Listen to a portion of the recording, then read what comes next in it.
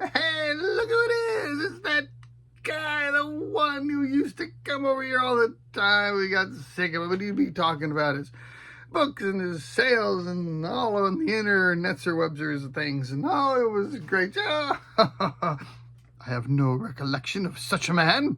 Well, you totally remember the guy. He'd come in and he'd talk about his books, and sometimes they'd be not books, and sometimes he would talk about other stuff. And yeah, it was great. You gotta remember the mine.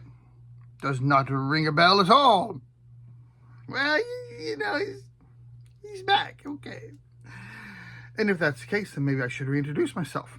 So yes, as those fine gentlemen are just expounding upon, I am John, small town, small time bookseller, and I am back here with another video. And yes, it has been a while. And it's kind of funny that I was actually recorded a video yesterday, and I was editing it last night, and I wasn't feeling it. You know, it just wasn't getting in my creative juices flowing. So I'm redoing it today. But after I stopped working on mine, I went on YouTube for a bit, and I saw that Shane, over Curator of the Lost, is back as well with a video after being gone for a couple of months. So just to stop any rumors right now, this is any conspiracy theories that may spring up, that the fact that both of us were gone and now we're back. Yes, there is a secret cabal of booksellers, and yes, we meet for 2 months every 10 years, and yeah, it was a really good time. So, but we're back, and I'm gonna do my little thing here, because that's what I do. I make videos about what I sell.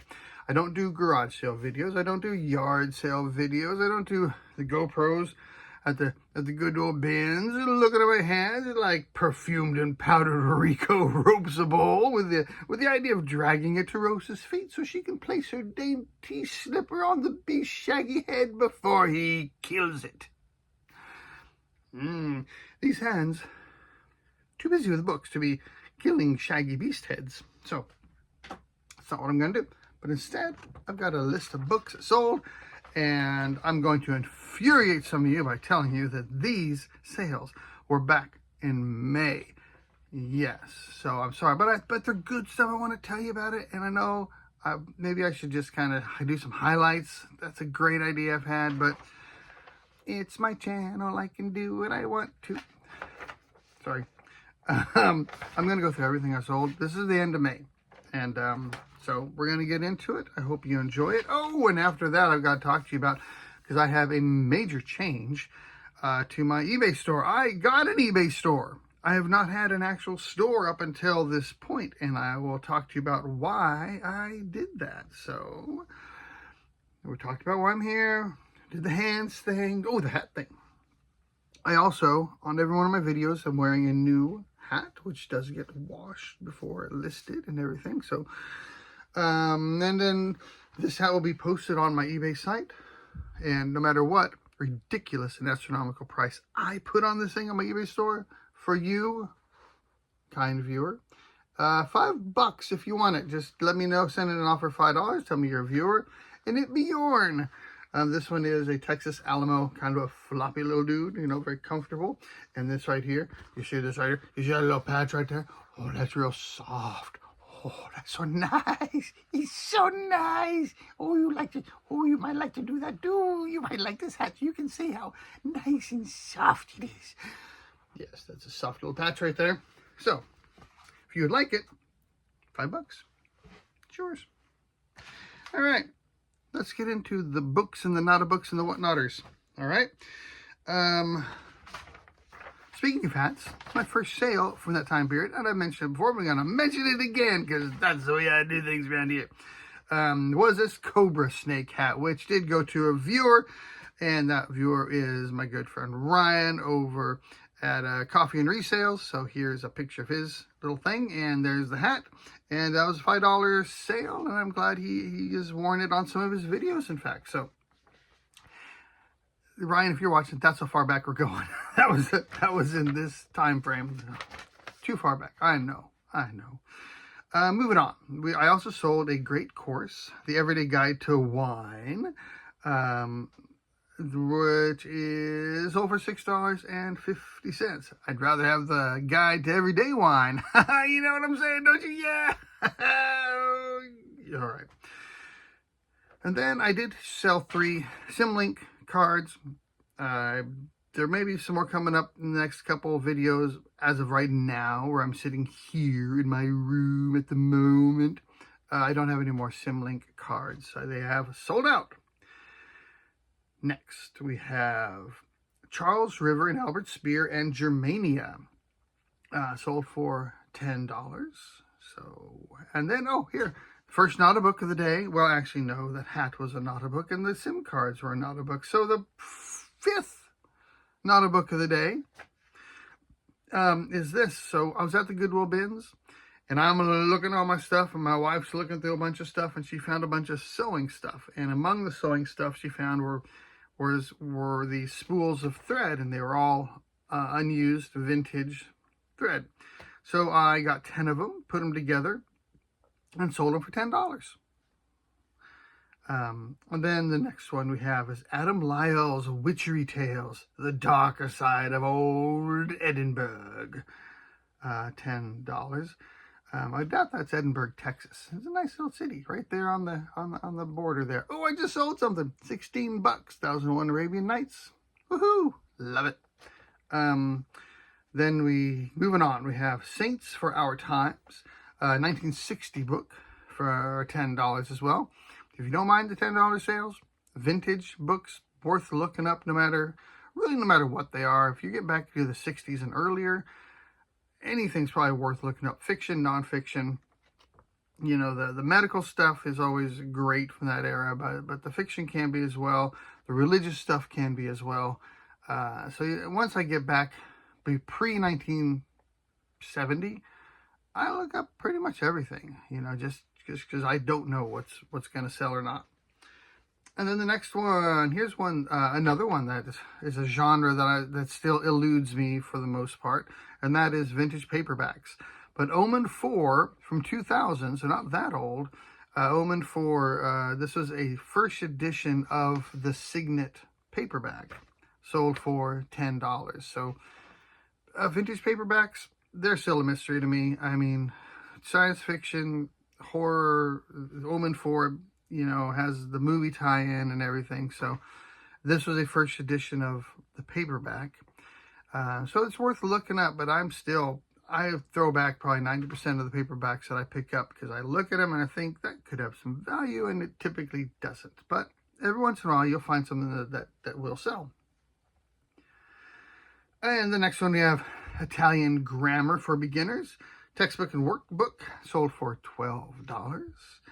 And then, this is a cool book. This is from 1928. It's called Mineral Resources of the United States, Part 2, The Non-Metals. And that sold for $15. If I recall, this one had some really cool maps that fold out. So when you're selling older books like this, you want to make sure that the maps are included. If they are fold-out maps, this one had some that were tucked into a pocket in the back as well. So some really cool stuff, and it's over $15. The next one was one that I picked up years ago. So this is one of the first books I remember picking up at a regular old Goodwill. And I didn't know what was going to sell or what wasn't, and I didn't know really what I was doing, and I found this one for a long time. And that is this, The Wooden Architecture of Russia, Houses, Fortifications, and Churches. And it did sell for $20. I think I had it up much higher for quite a while and just dropped it and dropped it and dropped it. And finally it did sell for $20, which is fine. But I wouldn't pick it up again probably. The next one, another vintage book, The Small Women by Alan Burgess. 1957 book club edition. If you sell one that is a book club edition, often, most of the time, on the inside of the dust jacket, on the inside, on the bottom, it'll say book club edition there. And so that's abbreviated BCE in your title. So make sure you put BCE, because a lot of times they can be confused with a true first edition or a book club edition. The book club editions are generally not as valuable as a true first edition. But regardless, this one did did sell for $20. Another religious book, we have Divine Intimacy by Father Gabriel of St. Mary Magdalene, a leather-bound book, sold for $21. And then another good genre to look out for is chess, books about how to play chess as well as famous chess players. And this one is called My Best Games of Chess from 1908 to 1923 by Alexander Alekhine. And that sold for $21 as well. This one was undated. It didn't have a publication date, but it did have an inscription from 1932 on it, so I knew it had to have been printed before 1932. So that's where I got that. I put a pre-1932 in the title. Another religious book, Religious Sales, The Gnostic Scriptures, a new translation, sold for $22. And then I had two of these ESL books called Unlocking English Learners' Potential. These are books that I got actually at work. We had ordered them, we used them, we were no longer using them, they're going to get tossed. And so I grabbed them, took them home and listed them, and I've sold a few of them. Both of these sold for $22.50 each. Then we had we had a Measuring Ego Development, parts 1 and 2. This was two books allotted together, and they sold for $25 for the pair of them. From 1983. And then we had this one called God Cried by Tony Clifton. It was a hardcover for $25. Then, let's see, where do we go after that? Okay, now we're moving on up into some a little bit higher price stuff. We have The Imaginary Sea Voyage, Sailing Away in Literature for $34. And then here's another great genre, alternative medicine, underground medicine, things like that can sell really well. And I sold two of these, The Secrets of Underground Medicine by Dr. Richard Gerhauser, and they sold for both of them for $35 each. So I've sold that book previously as well. As soon as I get that one, it sells. So look out for that one for a quick sale. And then I sold some shoes for my son. So he used to be just a major shoe hog and just loved buying shoes all the time. And he's no longer quite so much into them. So he has a bunch that he wants to sell. And so this one sold. These are some size 12.5 Nike Air Force One white and black swoosh, $35 that I sold that for him. Oh, and then another one in that same genre of the underground medicine. This is 25 Forbidden Cures, Uncensored Health You Can Have Today. They are forbidden unless you have $35, and then they're accessible for you, but otherwise forbidden. Where do we go next? Would be Saturday Night at Gillies, very thin little paperback book, sold for $35 for that. Pretty happy there. And the next one was an elephant, a glass elephant, signed by Mats Johannesson, Mats. We'll call him Mats. It was sold for $48. So I got that one at the little thrift store near the high school around the corner there. And then we have our last five where we're getting into the big bucks. Flying Over the Golden Arches. Signed, first printing by Donald Conley, $75.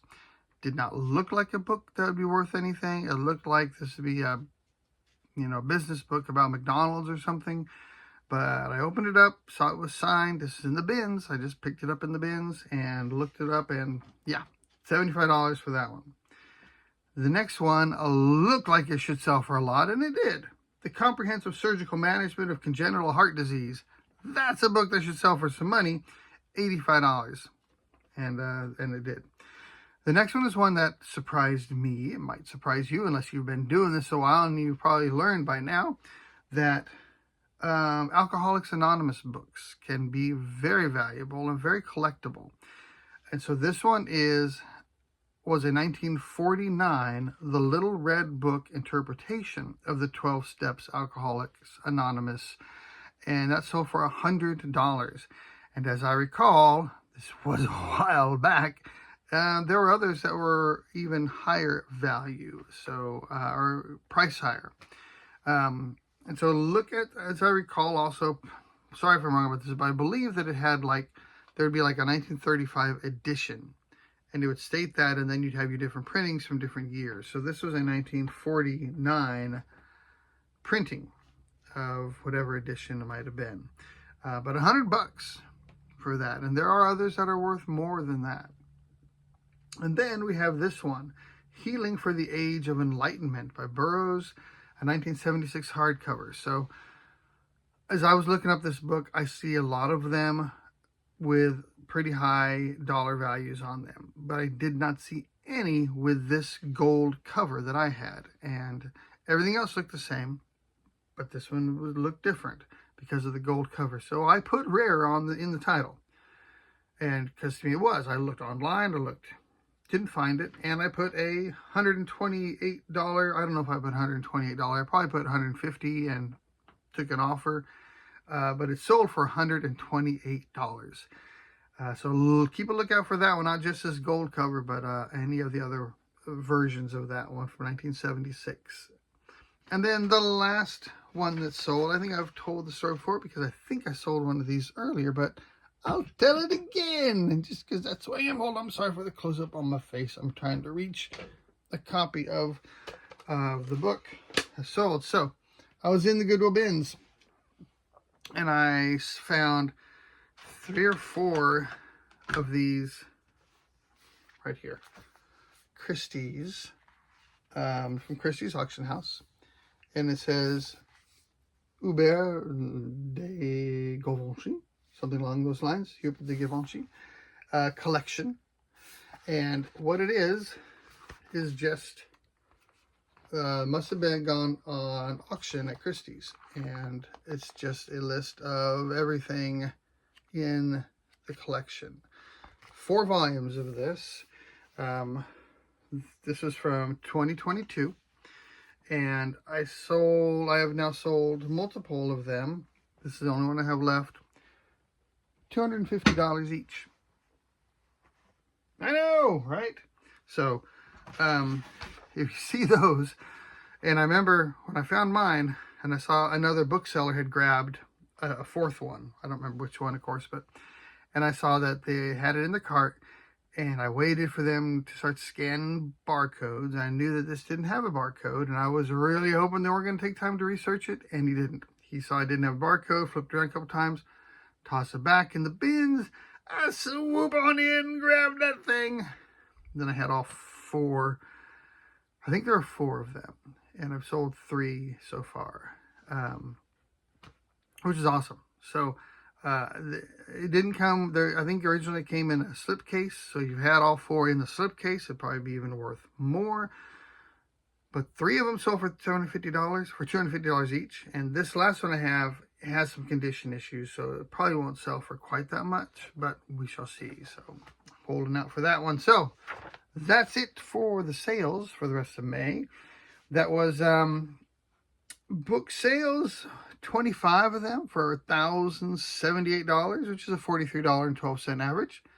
Much better than my made-up arbitrary figure of $25 that I consider to be a good sales period. And my Nota books were $127.75 for 8 Nota books. $15.97 average, which is exactly what I was looking for. I was looking for my average and my goal, and it was the same number. So that's why it threw me out for a second there.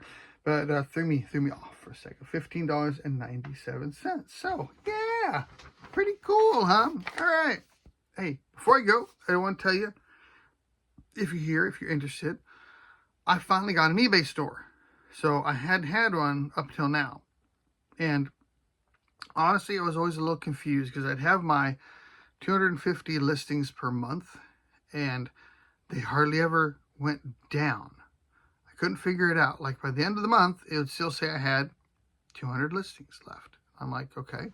So I look at the stores. What are the benefits of getting a store? You get more free listings, right? You get more free listings. Well, I never ran out of listings. But as the years went by and month after month, I found that I was having fewer and fewer left at the end of the month. And finally, a few months ago, I ran out of free listings. So I believe I figured out why. Books don't count towards that. So everything else you count, you sell or you list, will, when it relists after a month, that's when your free listings. Books don't factor into that. So when you get a bookstore, when you get a store, also though, one of the benefits of a store can be lower fees, but not for books. I think that the book fees stay the same. So if all you are selling are books, and I was, you could list up to 250 books a month, new listings, and not need a store. And so, but I ended up selling a lot more things other than books. So now I'm up to where if I don't, I have more than 250 not books in my store. I'm at almost 1,900 listings right now. And so that's why I went ahead and got a store. I just got I can't remember which one, but one of the lower ones, of course. So I've got like 1,000 listings or something along those lines. I don't remember. But that's just for anyone else out there that's primarily books.